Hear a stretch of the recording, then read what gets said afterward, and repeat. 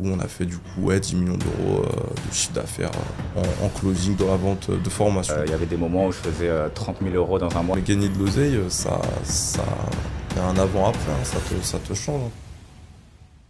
Et du coup, Wesley, est-ce que tu peux te présenter un petit peu comment est-ce que tu t'es lancé, quel a été ton premier business, ton business qui a le mieux marché Yes, bah écoute, moi de mon côté, du coup, j'ai commencé sur YouTube. Vendre des formations, j'étais coach de rap.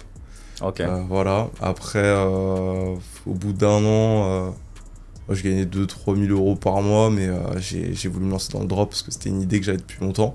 Mais j'ai pris confiance sur YouTube, donc je me suis dit, allez, je vais essayer de faire du e-com. Après, j'ai fait un an de e-commerce. J'ai lancé au moins une vingtaine de boutiques en e-com. Je voulais vraiment faire des sous, tu vois. Mais encore une fois, c'était pas mon business. Ça a pas trop marché? Non, tu vois. Donc je me suis dit, qu'est-ce que je fais avec cette expérience, tu vois, dans le marketing digital. J'ai ouvert mon agence marketing, donc je me suis lancé dans le SAMA. Et après, pareil, au fur et à mesure, ça a commencé à bien marcher. J'ai atteint pour la première fois les 10K par mois avec l'agence. Mais 10K par mois, c'était bien, mais travailler 60 heures par semaine, un peu moins, tu vois. Ouais. Donc je me suis dit, si je déléguais toute la partie prospection, et c'est comme ça qu'après, je suis rentré dans l'univers du closing, avec ma plus grosse boîte que j'ai eue, que j'ai depuis maintenant 2 ans, où on a fait du coup 10 millions d'euros de chiffre d'affaires en closing dans la vente de formation. Et un petit peu, voilà, en 30 secondes, 30-60 secondes un peu là. Ok. Moi c'est Lucas Heinz, donc ça va faire quasiment 8-9 ans maintenant que je fais du business en ligne. Okay. Donc business en ligne, de base j'ai un peu commencé, je pense comme tout le monde, j'ai fait de tout et n'importe quoi. Des vidéos YouTube, des blogs, vente de formation. Tout testé dans plein de niches différentes. Et de base j'étais étudiant, donc j'avais environ 17 ans quand j'ai commencé. J'étais étudiant BTS comptabilité. Okay. Donc de base je voulais pas faire d'études, mais mes parents voulaient que j'ai un BTS. Donc je me suis dit quel BTS est-ce que je pourrais faire pour m'aider dans l'entrepreneuriat. Donc j'ai fait un BTS comptabilité, mais j'avais aucun objectif de devenir comptable. Et au final ça m'a pas forcément beaucoup aidé, à part pour faire la compta à la fin de l'année. Ok. Mais voilà, j'ai fait mon BTS et à côté du coup j'avais commencé mon blog. Donc à l'époque, un article par semaine je faisais, et pour moi c'était déjà un truc de fou. Mais au final c'était rien et je gagnais très peu, je devais gagner 100-200 euros par mois de vente avec le blog. Mais voilà, j'ai fait ça pendant 1-2 ans.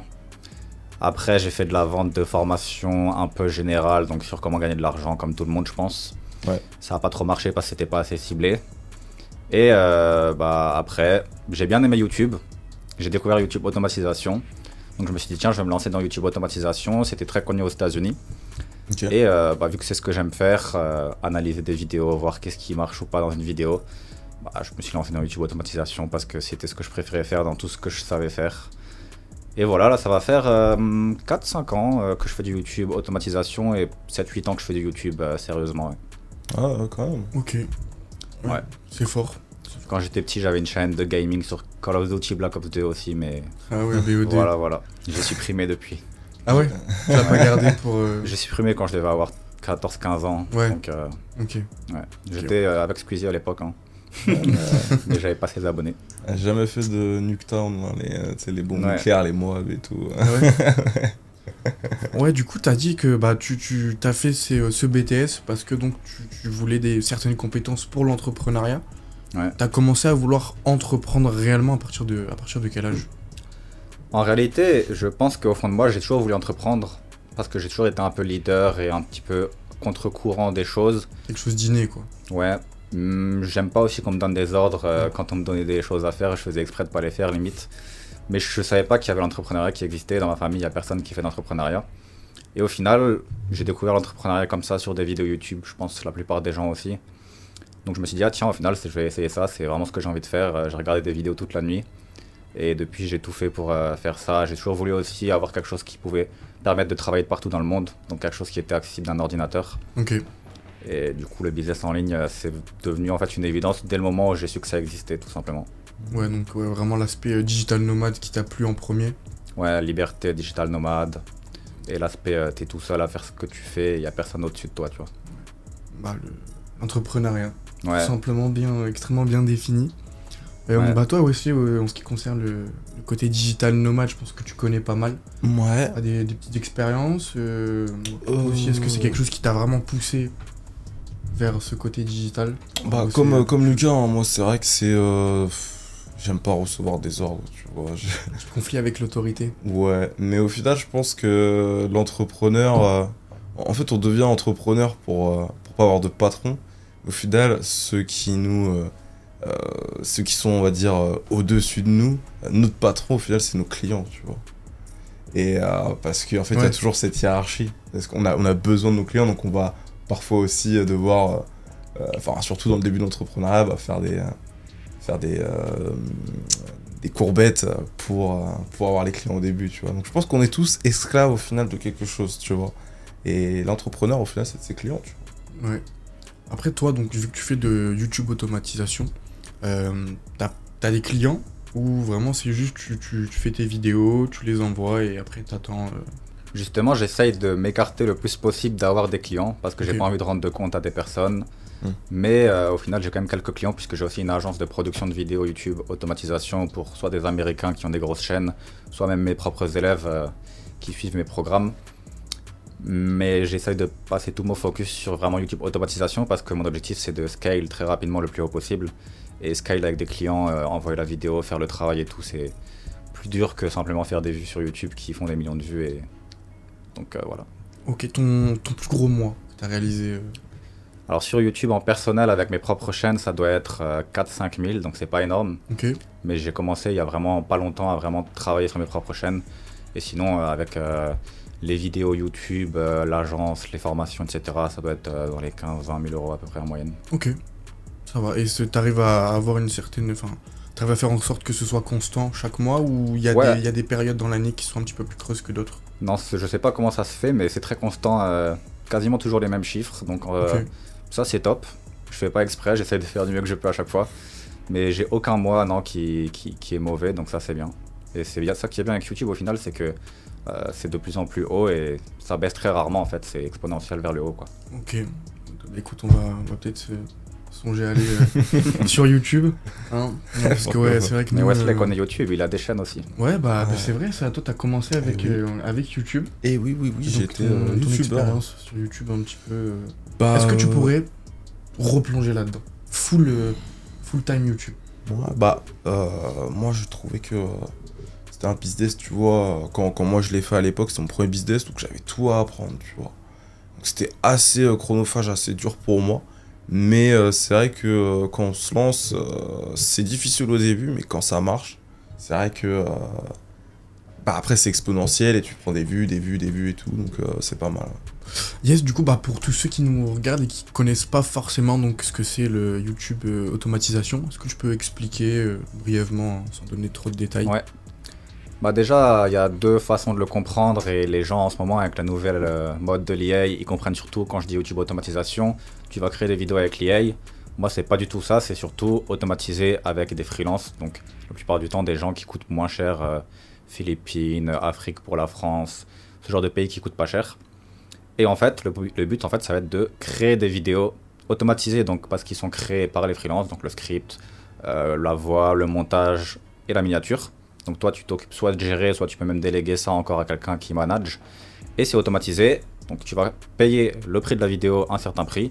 Et le but, c'est que la vidéo rapporte plus grâce à la monétisation YouTube et tous les autres axes de monétisation. Donc au début, c'est pas rentable du tout et tu peux le faire par toi-même avec ton propre temps, faire toi-même le script, toi-même la voix, toi-même le montage. Et de plus en plus, ça va être rentable, de plus en plus, tu vas déléguer ce que tu n'aimes pas faire. Donc par exemple, moi, j'aime pas du tout faire la voix, donc c'est le truc que je délègue en priorité. Et petit à petit, comme ça, si par exemple la personne est étudiante, elle peut réussir à débuter avec des vidéos YouTube qu'elle fait elle-même et créer des revenus passifs qui sont du coup de plus en plus élevés. Tiens. Donc voilà.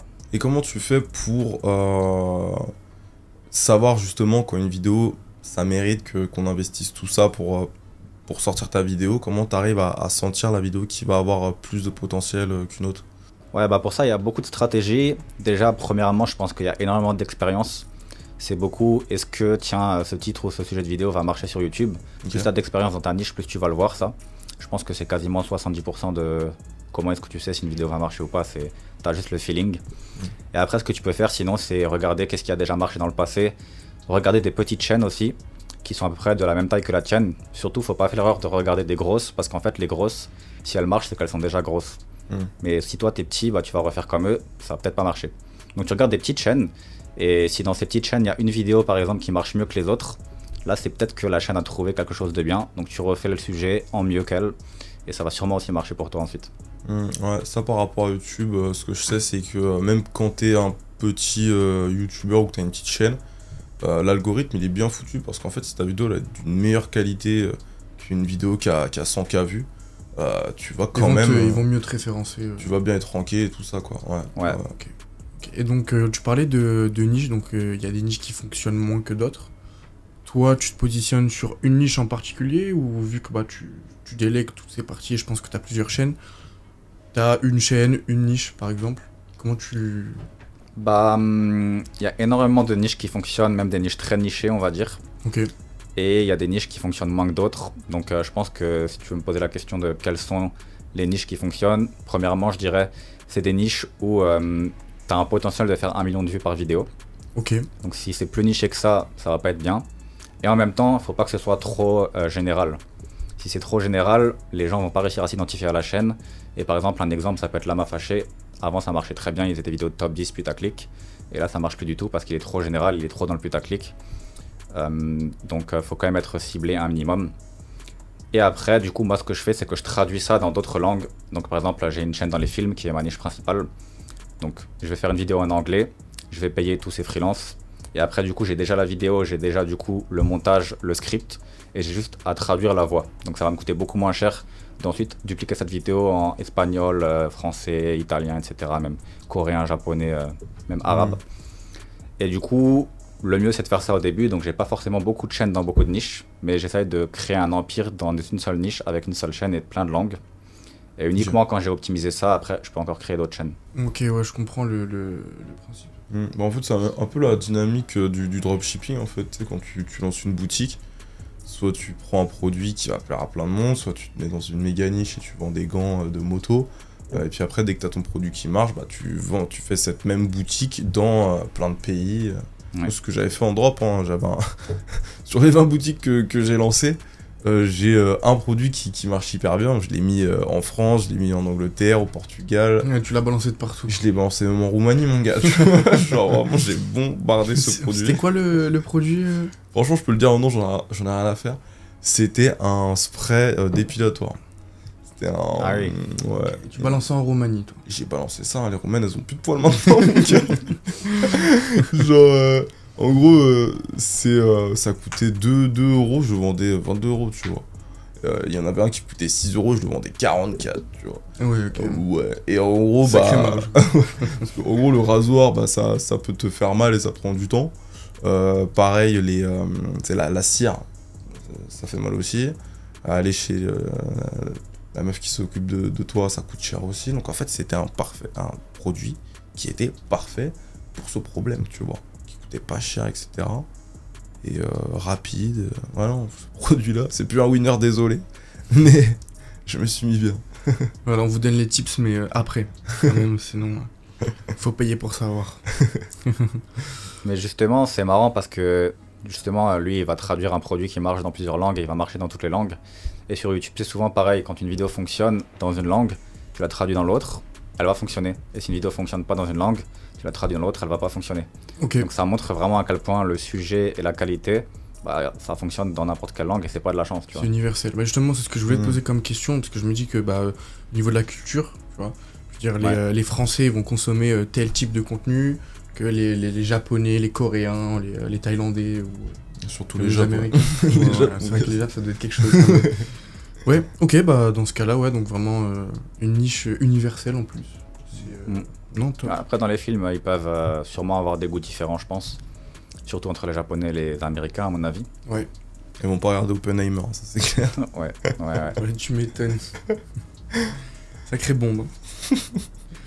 Yes, ouais, du coup, vraiment accès création de contenu. Est-ce que tu as différents pôles, par exemple, accès sur les réseaux sociaux? Est-ce que tu vises, par exemple, TikTok monétisation, Instagram pour faire ta promotion ou... Ouais, Tu veux dire sur les chaînes YouTube sans visage, oui. C'est ça.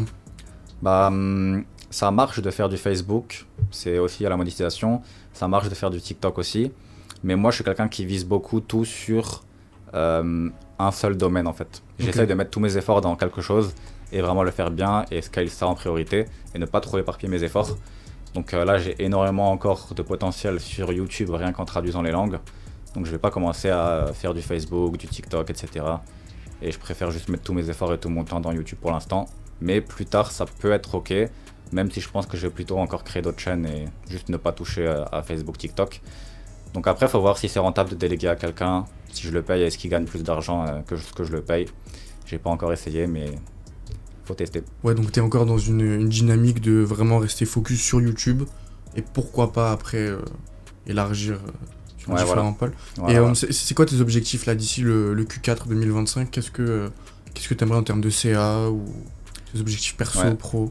Bah, mon objectif, c'est vraiment de scale à fond mes chaînes YouTube parce que j'ai réfléchi à qu'est-ce qui pouvait scale le plus rapidement vers 1 million d'euros. Dans mes différents business qui sont du coup la vente de formation, l'agence de création de vidéos et les chaînes YouTube perso. Et je pense que les chaînes YouTube perso, c'est ce qui peut scale le plus rapidement vers 1 million d'euros par an. Donc mon objectif, c'est de faire 1 million d'euros par an et donc c'est à peu près 250 millions de vues au total. Donc faire 250 millions de vues. Oui, ça va, en vrai, je pense que c'est abordable. C'est atteignable. Ouais. Si tu compares à combien est-ce qu'il faut gagner par jour avec une agence et en plus tu dois délivrer le produit après, je crois que c'était 2300 x 365 du coup. Et délivrer 2300 € de service à des clients tous les jours, c'est beaucoup plus dur que faire 230 ou 250 millions de vues. Eh ben, tu m'étonnes. Ouais. T'as une limite de temps à peu près? Est-ce que tu sais en combien de temps est-ce qu'une vidéo, ou genre ta chaîne elle peut vraiment bump au max? En fait, au début, c'est vraiment très dur et ça, c'est la barrière à l'entrée sur YouTube Automatisation. C'est que de 0 à 1000 abonnés, c'est assez dur. Il faut que la chaîne commence à être connue et les gens ne voient pas du tout de résultats, donc ils se disent ça marche pas. C'est vraiment quelque chose de long terme. Donc au final, la timeline, elle est plutôt de est-ce que tu vas réussir à continuer tes efforts jusqu'à que ça marche. Mais une fois que ça marche, c'est exponentiel, donc ça peut pas vraiment aller vers le bas, ça peut que monter. Et donc là, tu as juste à réinvestir, c'est assez facile. Une fois que tu as atteint ce palier-là, c'est très simple. Ok. Et toi, Wesley, parce que t'as fait pas mal de vues, je crois, quand tu fais des vidéos sur YouTube. T'as mis combien de temps à atteindre, on va dire, franchement, je crois que j'ai fait 1 million de vues. Au total? Ouais, en 1 an. C'est pas énorme par rapport au nombre de vidéos que j'avais fait, tu vois. J'avais fait 50 vidéos pour faire 1 million de vues. Mais ce qui est marrant, c'est que la loi de Pareto sur YouTube, elle marche de fou, tu vois. Ah ouais? Genre. Ouais, genre. Tes efforts, 80% de. Bah, c'est ça, en fait, t'as 20% de tes vidéos qui vont t'amener 80% du trafic, tu vois. Ah, c'est vrai. Et du coup, par contre, t'as 80% de vidéos qui, elles, font pas de vues, tu vois. Donc, après, soit tu les squeezes ou pas, tu vois. Mais moi, je faisais des tutos rap à l'époque. Et c'est à partir du 21e tuto rap que là, j'ai ma chaîne qui est passée de peut-être 1000 abonnés à 10 000 abonnés direct, quoi. Au bout d'un mois, la vidéo, elle a tellement marché que... C'est ça qui est fou, quoi. Franchement, quand tu trouves une pépite et que tu trouves une vidéo qui marche de fou, c'est... Ah ouais, c'est puissant. Ouais. C'est quelque chose. Ouais, du coup, vraiment faire preuve de résilience et de discipline, quoi.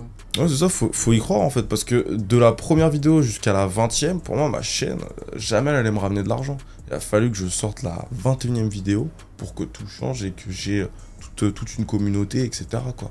C'est fou. Ouais, et après, toi, t'as une chaîne qui est basée sur la vente de formation, donc Ouais. les vues sont pas non plus si importantes que ça. Bah, surtout dans la musique, tu vois, là pour le coup c'est vraiment ultra niché. J'ai connu ce que c'était aussi d'avoir une micro niche, mais ça fidélise aussi pas mal parce que du coup vu que t'es le seul à faire ça, les mecs ils tiennent absolument à ce qu'il y ait la prochaine vidéo. T'as créé un marché carrément, je pense. Ouais, bah c'est clair. Bah, il y a 3 coachs de rap en France. Ouais. Et en plus, je crois qu'il y en a une là, il y a quoi? Il y a même pas 6 mois, t'as vendu un truc, je crois. Ah ouais, je me souviens, t'avais. Le e-book, ça fonctionne encore. l'e-book, je l'ai écrit à 5 ans. Et la formation, pareil, il y a toujours des gens qui viennent me contacter. Est-ce que tu peux m'apprendre à rapper? Je suis en mode, bah, tu sais, j'ai fait 10 millions d'euros depuis, j'ai pas que ça à foutre de te coacher en rap, tu vois ce que je veux dire? C'est des barres, en vrai. Ouais, du coup, moi, ça me fait penser à un truc aussi, c'est que, vu que toi, t'étais assez niché, et je veux dire, toi, on va dire que c'est un contenu que tu peux on va dire, diversifier via différents canaux d'acquisition, tu vois, tu peux poster un extrait sur sur Ouais. TikTok, sur Insta, etc. Mais toi, est-ce que du coup, tu as des canaux d'acquisition qui vont rediriger directement vers tes vidéos ou tu te bases uniquement sur l'algorithme YouTube? Les blogs, ça doit marcher aussi du coup pour mettre en lien. Par exemple, tu peux faire des blogs qui résument la vidéo YouTube après, un truc comme ça, non? Ouais, bah encore une fois, sur mes chaînes faceless où je montre pas mon visage, je focus que sur YouTube, donc j'ai aucun canal d'acquisition et je fais confiance à l'algorithme. Maintenant, sur mes chaînes personnelles où je vends mes formations, là je vais avoir des canaux d'acquisition, mais l'objectif c'est de vendre une formation derrière, c'est pas Ouais. uniquement de faire des vues sur YouTube. Et donc, c'est pas vraiment le nombre de vues qui importe, c'est Ouais. vraiment... Je pense pas que ce soit très intéressant de dépenser quelque chose ou de faire des efforts dans le but de rediriger vers YouTube. Autant faire les efforts sur YouTube direct pour avoir les vues en fait. Ok, et donc vis-à-vis de tout ça, t'as mis combien de temps toi à avoir tes premiers résultats? T'as galéré pendant combien de temps concrètement? Je pense que, bon, comme je te disais, quand j'étais étudiant, je faisais un article de blog par semaine et pour moi, j'étais déjà un entrepreneur, tu vois. Ouais, Là, cette première année, j'avais 0. Après, je faisais vite fait du montage pour quelqu'un, donc je gagnais 500-600 euros par mois, mais j'étais encore chez mes parents. Donc je pense que ça doit bien faire 2-3 ans avant d'avoir de quoi vivre et plus de 1000-1500 euros par mois, ouais. ok, ouais, donc là, ouais, ok. Ouais, donc actuellement tu peux vivre de ça. Ouais, là, ça fait longtemps que j'ai commencé à gagner 1500 euros par mois, mais au début, j'ai bien mis 2-3 ans, ouais. Ok. Ouais. Et donc c'est quoi tes petits tips pour garder cette déterre et se dire je vais continuer là-dedans, même si ça fonctionne pas, je continue. Bah moi je crois que on est vraiment entrepreneur inné à l'intérieur de nous au final et les gens qui sont pas entrepreneurs à l'intérieur d'eux vont abandonner de façon naturelle. Les gens qui sont entrepreneurs à l'intérieur d'eux, ils savent que c'est ce qu'ils veulent faire et même si ils vont avoir des problèmes dans la vie, ils vont potentiellement retourner dans le salariat pour subvenir à leurs besoins. Le soir quand ils vont rentrer chez eux, ils vont toujours avoir la motivation de relancer un business à côté et de sortir de l'entrepreneuriat du salariat le plus vite possible. Donc je pense que déjà tu l'as à l'intérieur de toi et ensuite il faut aussi que tu fasses un business que tu aimes faire. C'est pour ça que je me suis lancé dans ce que j'aimais faire le mieux. Faut pas que quand tu ailles travailler toute la semaine, tu te dises putain, faut que je retourne travailler, faire mon business. Si t'aimes ce que tu fais au final, t'es motivé tout le temps en fait. C'est sûr. Et après, bien évidemment, faut qu'il y ait de l'argent derrière pour que la motivation continue et pas travailler dans le vide. Ouais. Bah ouais, ça serait un petit peu con de bosser 60 heures semaine pour au final avoir 2 cacahuètes. C'est ça, au début c'est ça. Moi quand j'ai lancé ma chaîne YouTube pendant plusieurs mois, je gagnais pas de sous quoi. Il faut vraiment croire en son projet et se dire qu'à un moment ça va marcher. Hein. C'est comme dans le cinéma, t'as des gens, ils postulent à des rôles pendant 10 ans et après ils ont leur premier film, tu vois. Il y a l'histoire de Keanu Reeves, je sais pas si vous la connaissez. Non. Mais c'est un mec, il a pas mal galéré avant de...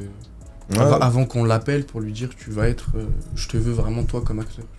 Avant Est-ce c'était que, c'était le plan B, tu vois. Est-ce que vous croyez à la loi de l'attraction sur ce genre de choses? C'est-à-dire sur ce Que genre de quand on choses. veut que quelque chose fonctionne et qu'on fait les efforts, qu'on devient meilleur, Oui. un jour ça va se développer, arriver. À fond.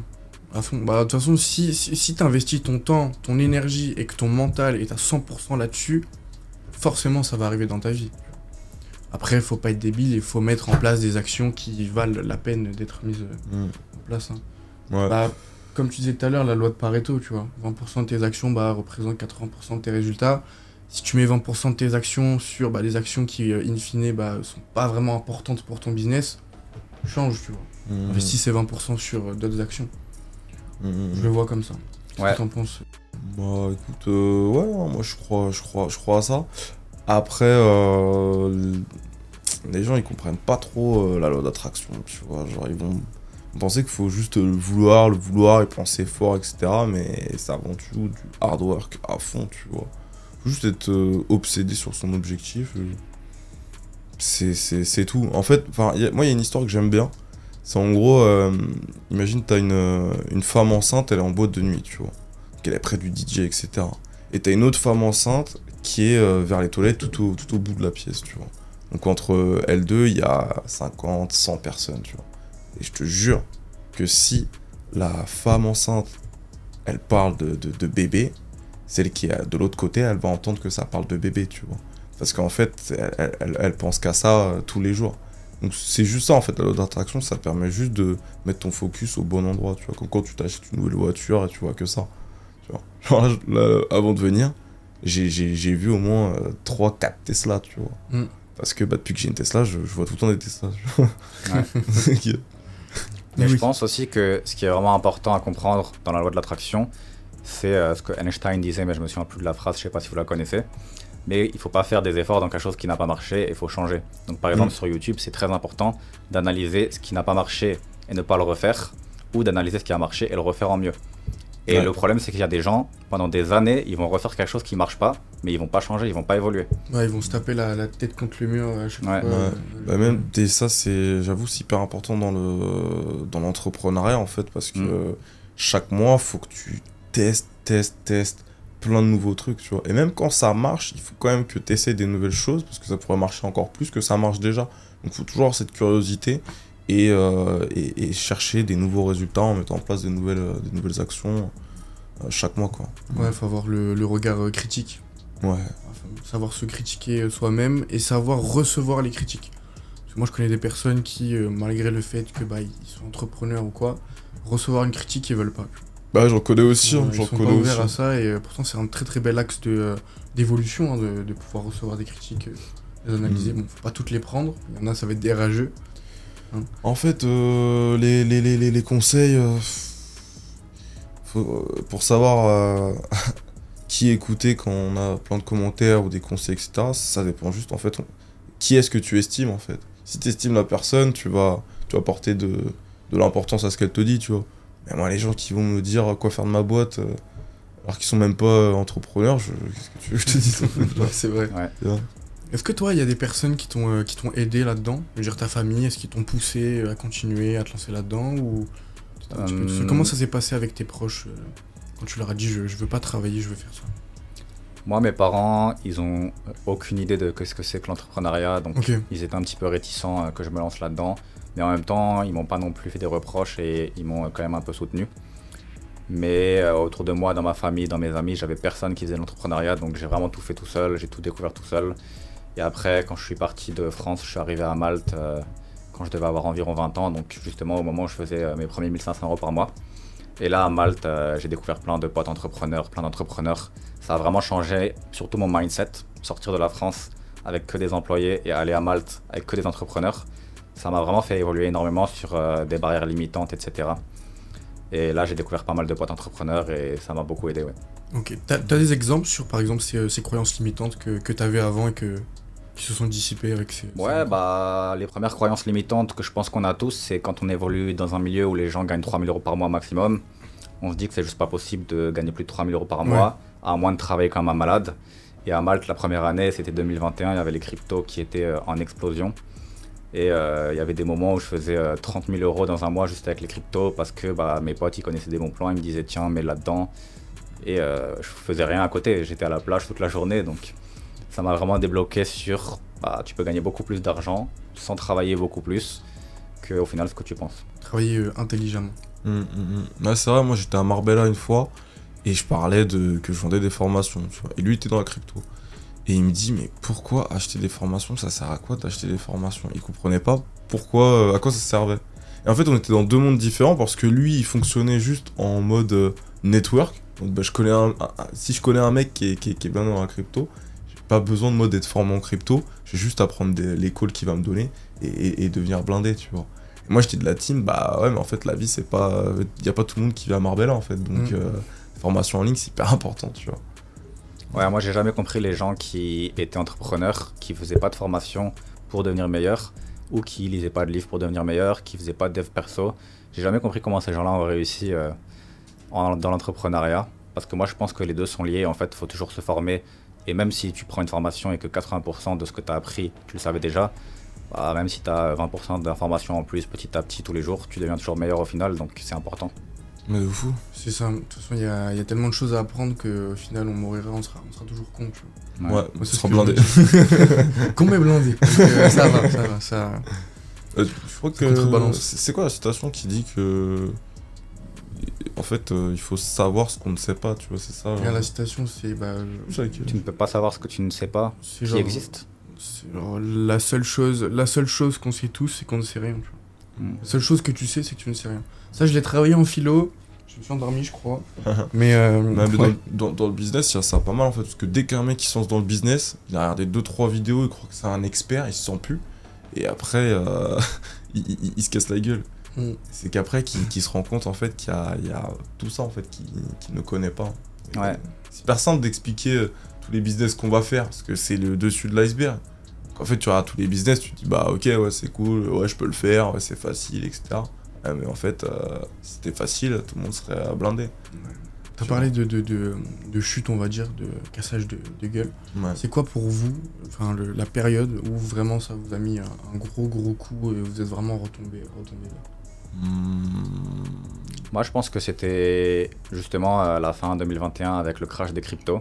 Ok. Je suis passé de quelqu'un qui faisait beaucoup d'argent sans rien faire avec les cryptos à quelqu'un qui du coup n'avait plus d'argent en crypto et devait recréer un business et devait refaire des efforts alors qu'avant tout tombait du ciel. Bah, parce que. Mais c'était pas non plus très gros crash. Et comment t'as pu gérer, on va dire, ce fait de, on va dire, faire des efforts, atteindre plus ou moins le succès, retomber et redevoir te remettre à fond dans le charbon, tu vois Au final, limite, quand je faisais des cryptos, j'avais plus d'objectifs dans la vie en fait. Ok. Et j'étais peut-être même plus malheureux que ce que j'étais quand j'avais pas beaucoup d'argent.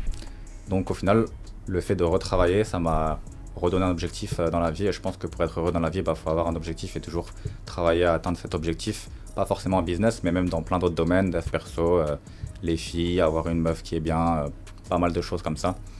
Donc au final, c'est ce qui m'a surtout aidé à redevenir heureux en quelque sorte, de refaire un business plutôt qu'autre chose. Vraiment les objectifs, quoi. Ouais. Okay. Toi Wesley, t'as eu des périodes un peu... Bah, beaucoup, Ouais. beaucoup. De toute façon, il n'y a pas de réussite sans échec, donc faut savoir gérer ça. Après, les cryptos,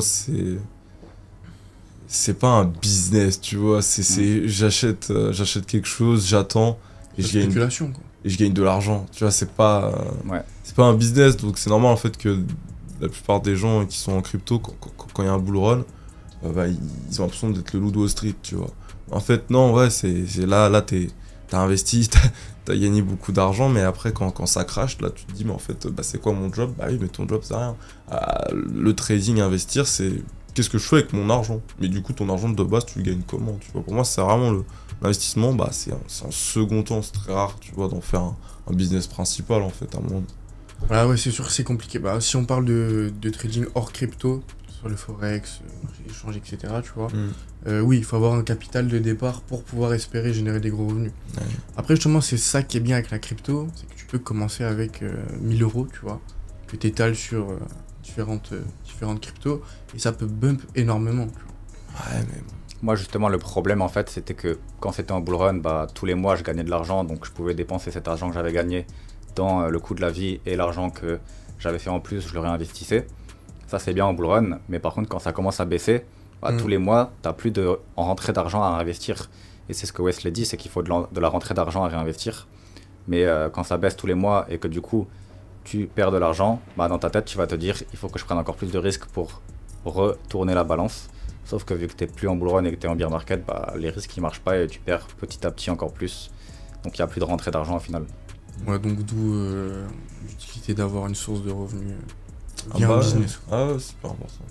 Yes, du coup, après Malte, t'arrivais à générer des revenus en ligne donc à Malte, donc vraiment cet aspect de digital nomade. Comment est-ce que t'as vécu vraiment ce changement de vie-là? Est-ce que c'était pas trop une claque que tu t'es prise au début? Si, en réalité, je pense que tout le monde passe par cette étape-là. C'est un peu une étape de nouveau riche. Ok. Où du coup, je commandais des trucs à 20 € tous les jours. Je sortais tout le temps, je cuisinais pas. Et au final, c'est un petit peu comme je disais, ce qui m'a emmené à limite être moins heureux parce que à part dépenser, je faisais plus rien, j'avais plus d'objectifs. Donc si, c'est un gros changement. Mais je pense qu'une fois qu'on dépasse cette étape-là de nouveau riche, et c'est bien de l'avoir le plus jeune possible, je pense. Ensuite, il y a de nouvelles choses qui peuvent arriver et de meilleures choses. Tu sais que moi je le fais toujours de bouffer au resto, etc. Mais je remarque aussi, c'est vrai que tu vois, genre, au début, moi dans ma vie, j'allais au resto une fois tous les 3 mois, tu vois. Après, je suis allé au resto une fois par mois, après une fois tous les 3 jours, après 3 fois par jour. Et du coup, c'est plus un restaurant. Ouais, c'est juste manger. La cantine, quoi. Ouais, c'est la cantine. La cantine. C'est juste manger, quoi. Et du coup, toutes les belles choses, c'est ça qui est dommage dans le stade de nouveau riche, c'est que toutes toutes les choses. Enfin, en fait, des moments formidables et inoubliables, j'en ai tous les jours. Qu'en fait, un moment inoubliable, au quotidien, c'est des moments que tu vas finir par oublier, en fait. Donc, je sais pas si c'est le cerveau ou quoi, mais on n'arrive plus à apprécier les choses. C'est l'habitude que tu prends, je pense.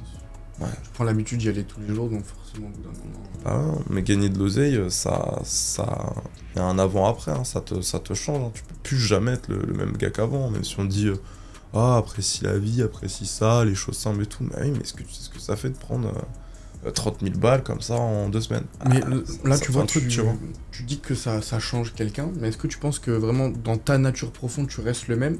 Ou le fait d'encaisser des gros chèques tous les mois, ça te change du tout au tout? Bah, moi, perso, j'ai ma nature de base qui se rend compte que c'est compliqué, tu vois. C'est vraiment un combat d'essayer d'être qui on est. Et c'est ça le but, mais ça reste difficile quand même, tu vois, parce que, bah... Enfin, tu vois, on peut pas manquer d'un truc qu'on n'a pas vécu. Tu peux pas être triste de quelque chose que tu ne connais pas. Mais si tu as connu quelque chose et qu'on te l'enlève et que tu l'as plus, là, tu vas vraiment souffrir et être encore plus malheureux qu'avant même de t'être lancé dans du business, par exemple, tu vois. Je pense que... Moi, en vrai, je trouve que du coup, les restaurants, les activités qui coûtent de l'argent et tout, c'est même plus forcément ça qui est un bon moment. Ce qui devient des bons moments pour moi, c'est plus des choses un peu basiques. Donc, je sais pas, par exemple, imaginons que j'ai une meuf, bah juste faire une balade avec ma meuf ou faire une balade avec des potes et parler de la vie. Des choses plutôt simples que tout le monde fait tous les jours. Et au final, en fait, quand on n'a pas d'argent, on va chercher à avoir de l'argent pour faire ce genre de choses. Donc, les restaurants, etc. Mais quand on a de l'argent, on se rend compte qu'au final, bah, ce qu'on préfère faire, c'est les choses qu'on fait quand on n'a pas d'argent. Donc, les trucs normaux, basiques. Moi, je pense vraiment que c'est le plus important, c'est les compagnons. Ouais. Je préfère être sur une barque qui prend l'eau avec mes vrais frères qu'être sur un yacht entouré de milliardaires, mais les mecs, j'ai aucun point commun avec eux. Et toi, donc, Wesley, à partir de quel moment tu t'es dit, ça y est, c'est bon, je suis bien, tu vois? Mon premier objectif, c'était 100 000 euros sur le compte en banque, tu vois. Genre, j'ai vraiment bossé dur jusqu'à avoir 100K de côté. Là, je me suis dit, ok, ça me rassure, je peux me reposer un petit peu, etc. Tu vois. Ça, c'était mon premier objectif où je me suis dit, bon, ça déjà c'est fait. Puis bah après, bon, tu te rends compte que bon, c'est vrai que 100 000 euros, c'est pas être à la retraite non plus, donc faut continuer de bosser, quoi, tu vois. Voilà. Ok. Donc, t'as pas mis une petite claque un peu, ce changement de vie? C'est-à-dire, si tu te regardes, genre, il y a 10 ans, et maintenant, qu'est-ce que tu te dirais, genre, à ton toi de... Bah, 17 ans. moi, ce qui me fait kiffer, c'est parce on fait de l'argent pour ne plus avoir à y penser. Donc, ce que j'aime, c'est quand même sortir l'Apple Pay et dépenser, pas me prendre la tête, tu vois. Ça, c'est un cercle vicieux quand même. Parce Ouais. que tu dis, tu fais de l'argent pour plus y penser, mais Ouais. t'es dans le business, hein, tu penses à l'argent jour et nuit. Hein. Bah ouais. Et je pense que même quand tu seras retraité, tu penseras à aucune jour et nuit. T'auras tes investissements, à fond. Et toi, tes objectifs vraiment perso, sans parler de business, etc., que, je sais pas, avoir une maison en Thaïlande, qu'est-ce que ce serait vraiment ton vision board, on va dire? Ouais. Alors, mon objectif personnel, ce serait déjà toujours de m'améliorer dans tous les autres domaines qui ne sont pas business. Donc là, j'ai un objectif qui va potentiellement être de parler mieux, avoir plus de charisme quand je parle, faire plus de sport, avoir une meilleure prestance en termes de positionnement, etc. Après, aussi trouver une meuf qui est une meuf que j'aime bien. Donc ça, je pense que c'est la même chose pour tout le monde. Tout le monde veut sa petite femme à la maison. Mais en même temps... Wesley, il en veut 2. Faut pas oublier, Wesley, s'il peut en avoir 2, il en prend 2. Voilà, en même temps, ne pas aller chez la première venue et trouver quelqu'un de qualité, quoi. Donc bah, pour trouver des gens de qualité, il faut être aussi quelqu'un de qualité, tout simplement. Est-ce que tu vois la différence entre avant, quand t'étais broke, et maintenant, avec les femmes? Est-ce que tu as ce truc de... Ah, est-ce qu'elle est là vraiment pour moi, ou est-ce qu'elle est là parce que bah, je peux lui offrir ça et ça? Moi, je suis quelqu'un qui montre très peu, et je suis aussi quelqu'un qui arrive à très rapidement voir l'intention des gens. Donc ça m'est jamais arrivé que quelqu'un soit là pour l'argent et que je le capte pas au bout du premier date, tu vois. Donc au final, non, je pense pas qu'il y ait de changement. Le seul changement qu'il y a, c'est plutôt en termes de confiance. Je pense que quand on se lance dans le business et qu'on gagne pas d'argent, bah, on a un peu moins confiance en soi. Et quand on voit qu'on commence à gagner de l'argent, qu'on commence à faire des bonnes choses, on voit que ça marche.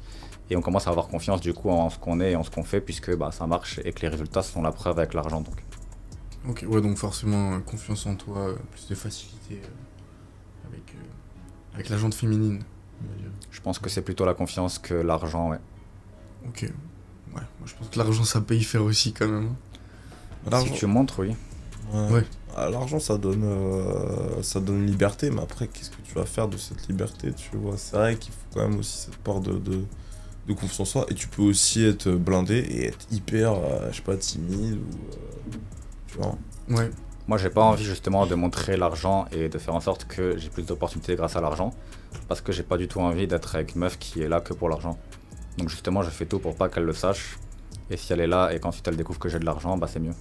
Yes, yes, yes. Et donc, du coup, t'as fait Malte, t'as fait d'autres pays, parce que donc, avec ce business, donc vraiment digital nomade, je pense que t'as dû kiffer un petit peu voyager. Ouais, alors moi de base j'ai fait Malte, et ensuite depuis Malte je restais environ 6 mois parce que c'est assez ennuyant quand même vu que c'est une petite île. Ok. Et tous les ans je partais et je testais tous les pays entrepreneurs en gros. Donc j'ai testé tous les pays entrepreneurs et j'y allais pour tester si c'est bien pour vivre, j'y allais pas en vacances. Donc j'ai testé Dubaï, j'ai testé l'Estonie, le Monténégro, la Thaïlande, Bali.